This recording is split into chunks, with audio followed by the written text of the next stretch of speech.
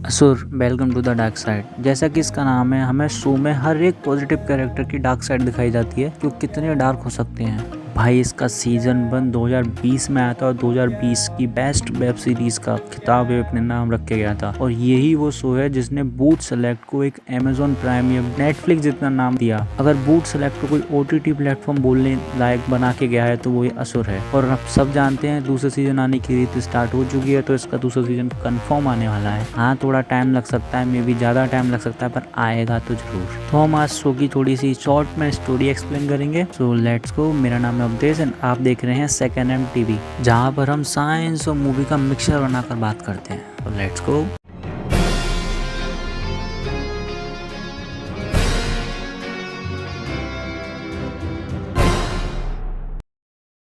असुर शो में present time की टेक्नोलॉजी और इंडियन मैथोलॉजी का जो मिक्सचर बना के जब शो कराया ना भाई, शो ने भाई बवाल है। शो में हमें देवताओं और असुरों का ओरिजिन बताया गया कि उनका ओरिजिन कैसे हुआ था, और उसी ओरिजिन को हम आज के टाइम में देखें तो वो कैसे इम्प्लीमेंट करेंगे वो दिखाया गया शो में। एक्चुअली हमारे ऋषियों में से सबसे गुणवान और सबसे बड़े जो ऋषि थे, ऋषि कश्यप और उनकी पत्नी अदिति के जब बच्चे हुए उत्तम नक्षत्र में, मतलब अच्छी नक्षत्र में, तो वो देवता रहे। और उनकी दूसरी पत्नी दिति के साथ जब उनके बच्चे हुए जो कि बेकार और बुरे नक्षत्र में हुए थे, दानव या असुर कहलाए। अब सेम इसी कॉन्सेप्ट को लेके प्रेजेंट टाइम से 28 साल पहले वाराणसी में एक पंडित थे जो कि देवताओं जैसे पुत्र की कामना करते थे, और उन्होंने उसके लिए वो तारीख और समय भी निकाल लिया था जिस टाइम पे बच्चा होना चाहिए, जिससे वो देवता की तरह मतलब देवता होगा। और इवन वो अपनी पत्नी और डॉक्टर तक को फोर्स करते हैं कि उसी दिन बच्चा होना चाहिए, उससे पहले या उससे बाद में नहीं। बट एक एक्सीडेंट के दौरान उसकी जो बीवी होती है वो सीढ़ियों से गिर के उसकी डेथ हो जाती है, और उसका जो बच्चा होता है वो 2 दिन पहले ही जन्म ले लेता है। और वो पंडित जब उसकी नई कुंडली बनाता है तो उस कुंडली के हिसाब से वो बच्चा देवता नहीं असुर होता है, और उस बच्चे को असुर असुर करके ही बुलाने लग जाता है, और इवन उसको मारने तक का ट्राई करता है। बट उसके जो दादाजी होते हैं वो उसको बचा लेते हैं, उसको रोक लेते हैं। पर जब तक वो उसके साथ रहता है तब तक वो उसको मारता है, पीटता है और असुर बोल के ही बुलाता है। और उस बच्चे की खासियत होती है कि वो बच्चा जब 3 साल का होता है कि वो पूरी की पूरी भगवत गीता पढ़ लेता है, और इवन जब वो 11 या 10 साल का होता है तो उसको मुंह जुबानी पूरी की पूरी भगवत गीता याद होती है। इन शॉर्ट उस बंदे का IQ नॉर्मल इंसान से बहुत ज्यादा होता है, बट वो ये चीज को एक अच्छे वे में यूज कर सकता था। बट जो उसका पिता होता है वो उसको असुर बोल के उसकी मेंटेलिटी पूरी असुर की तरह बना देता है, वो खुद को असुर समझने लग जाता है। और ये इम्पैक्ट उसका तब दिखता है जब वो 16-17 साल का होता है। वो अपने पापा के साथ एक घाट पे एक आदमी की पूजा करा रहा होता है, एक आदमी के लिए, और उस पूजा के बाद वो नाव से होकर एक घाट से दूसरे घाट पर जा रहे होते हैं, ये भी घर जा रहे होंगे। तो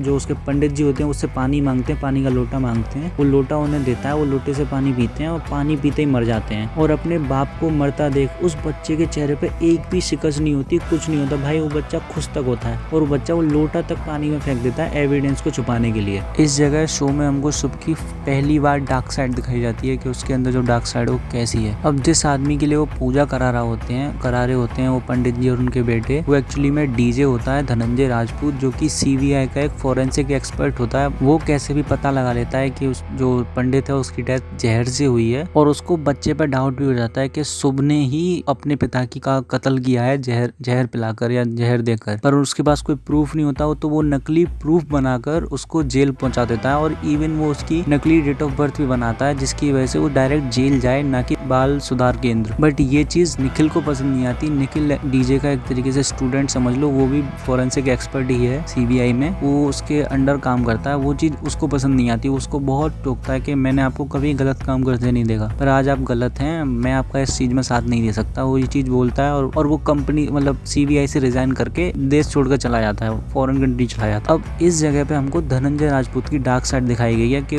उसमें क्या डार्क साइड थी जो उसने गलतियां करी। अब शुभ के पास एक खासियत होती है कि वो जब भी कुछ बोलता है या कुछ जब भी भाषण देता है तो भाई लोग कैसे ना कैसे उसकी बातें सुन लेते हैं। इवन उससे जो बड़ी उम्र के लोग भी होते हैं ना, वो भी उसकी बातों में आ जाते हैं। तो यही चीज जेल में जाके करता है, और अपनी जेल में जो उसके जो साथी होते हैं 4 लोग, उनको अपने मन में बस में कर लेता है, और जेल में आग लगाकर वहां से भाग जाते हैं। और पुलिस वालों को लगता है कि जेल में वो चारों मर गए और उनकी जो डेड बॉडी है वो पूरी जल के राख हो चुकी है, तो वो इस वे में इन्वेस्टिगेट भी नहीं करते, वो लोग ऐसे ही छोड़ देते हैं। अब शुभ अभी तक बहुत गलत काम कर चुका है, अपने बाप को मार चुका है, जेल में आग तक लगा दी और आग से शायद मे भी कोई लोग घायल भी होंगे, जले भी होंगे और उसका जो माइंड होता है वो पूरी तरह से करप्ट हो जाता है। और प्रेजेंट टाइम में जो शुभ है वो सीरियल किलिंग स्टार्ट कर देता है और लोगों को मारना शुरू कर देता है। एक्चुअली शो में एक और मैथोलॉजिकल कॉन्सेप्ट है, जब असुर और देवताओं की लड़ाई हो रही थी तो उसमें सारे असुर हार गए थे और इनफैक्ट असुर मर ही चुके थे, सिर्फ एक असुर बचा जिसका नाम था कली, और जिसको हम आज कलयुग भी बोलते हैं कि मतलब कली का युग। और कली की ये खासियत थी कि वो इंसानी रूप लेके हमारे बीच रह सकता है, वो छुप सकता है, हम उसे पहचान नहीं सकते वो कौन है, कहाँ है, कैसे है। बट हम विष्णु देव के 10 अवतार के बारे में जानते हैं और ये भी जानते हैं जब भी दुनिया में कुछ गलत होता है तो विष्णु देव अपना नया अवतार लेते हैं। तो ऐसे ही विष्णु देव के 11वें अवतार के बारे में बोला जाता है कि जब कलयुग अपनी चरम सीमा पर होगा तब विष्णु देव अपना 11वां अवतार लेंगे जिसका नाम होगा कल्कि। वो कलयुग को खत्म कर एक नया युग स्टार्ट करेंगे। अब मोटी बात यह है कि जो शुभ है वो खुद को कली मानने लगता है और वो उन सभी फेमस और भले लोगों को मारना शुरू कर देता है जो कि धनिष्ठ नक्षत्र में पैदा हुए थे। एक्चुअली धनिष्ठ नक्षत्र में पैदा होने वाले लोगों के बारे में माना जाता है कि वो दुनिया में कुछ भला करेंगे और बहुत अच्छा करेंगे। एक तरीके से वो विष्णु देव के रिप्रेजेंटेटिव समझ लो। तो वो उन विष्णु देव के रिप्रेजेंटेटिव को मारना शुरू कर देता है ताकि वो जाके विष्णु को मैसेज दें कि कली जो है वापस आ चुका है और उनको अपना 11वां अवतार कल्कि का रूप लेकर पृथ्वी पे आना ही होगा। एक तरीके से वो विष्णु देव को चैलेंज करता है पृथ्वी अपना 11वां अवतार लेने के लिए लोगों को मारकर। अब कुछ लोग मानते हैं कि जो कल्कि है वो एक्चुअली में निखिल है। एक्चुअली में हम बोल भी सकते हैं क्योंकि जो निखिल का IQ है वो भी जो है शुभ की तरह बहुत ज्यादा है और बहुत अच्छा है। वो प्रॉब्लम को बहुत जल्दी पकड़ता है और एकदम से उनका सॉल्यूशन पता कर लेता है। कितना भी बड़ा केस हो, कितना भी टिपिकल केस हो, आराम से पता कर लेता है कि मर्डर है या सुसाइड या फिर नेचुरल डेथ। बट हमें शो में निखिल की भी डार्क साइड दिखाई गई है जब शुभ उसको किडनैप कर लेता है और उसके द्वारा 2 लोगों को मर्डर कराता है। एक्चुअली में वो उसको ब्लैकमेल करता है कि अगर वो नहीं करेगा तो उसकी पूरी फैमिली को मार देगा। तो वो उस डर से वो 2 लोगों का मर्डर करने में मदद कराता है शुभ का। बट शो के एंड में जब शुभ उसे ऑफर देता है कि वो अपनी बच्ची की जान बचा ले या फिर उन 3 होस्टेस की, तो जो निखिल होता है वो 3 होस्टेस की जान बचाता है। वो अपनी बच्ची को सेक्रीफाइस कर देता है उन 3 होस्टेस के लिए। होता क्या, उन 3 होस्टेस में से एक होस्टेस एक को मार देती है गोली मार के। और वो तीनों के तीनों धनिक नक्षत्र में पैदा होने वाले लोग थे। और अब इस जगह पर निखिल को तो क्लियर कर दिया, वो एक बार के लिए हो भी सकता है नहीं भी, पर हम धनंजय को नहीं बोल सकते वो धनंजय नहीं हो सकता। धनंजय भी हो सकता है क्योंकि शो के एंड में जब शुभ का जो दोस्त होता है वो उसको 3 पिल खिलाता है कि वैसे उसकी पूरा हार्ट बीट ज्यादा बढ़ जाती है, वो बिल्कुल मरने की कगार पे आ जाता है 2 पिल खा के, तब भी वो तीसरी पिल खाता है सिर्फ शुभ को गलत साबित करने के लिए कि वो गलत है। और अगर हम बात करें, हम एक बंदे को भूल रहे हैं, लोलाल दुबे का जो बच्चा है वो, पर बच्चा यार अभी पैदा हुआ है, अगर वो कल की होगा तो उसे बड़े होने में टाइम लगेगा, तो शो में काफी टाइम गैप आ जाएगा। अब सबसे ज्यादा पूछे जाने वाला क्वेश्चन कि एक्चुअली में शो में शुभ था कौन। हमें 3 जने दिखाए गए जो शुभ की जगह शुभ हो सकते थे।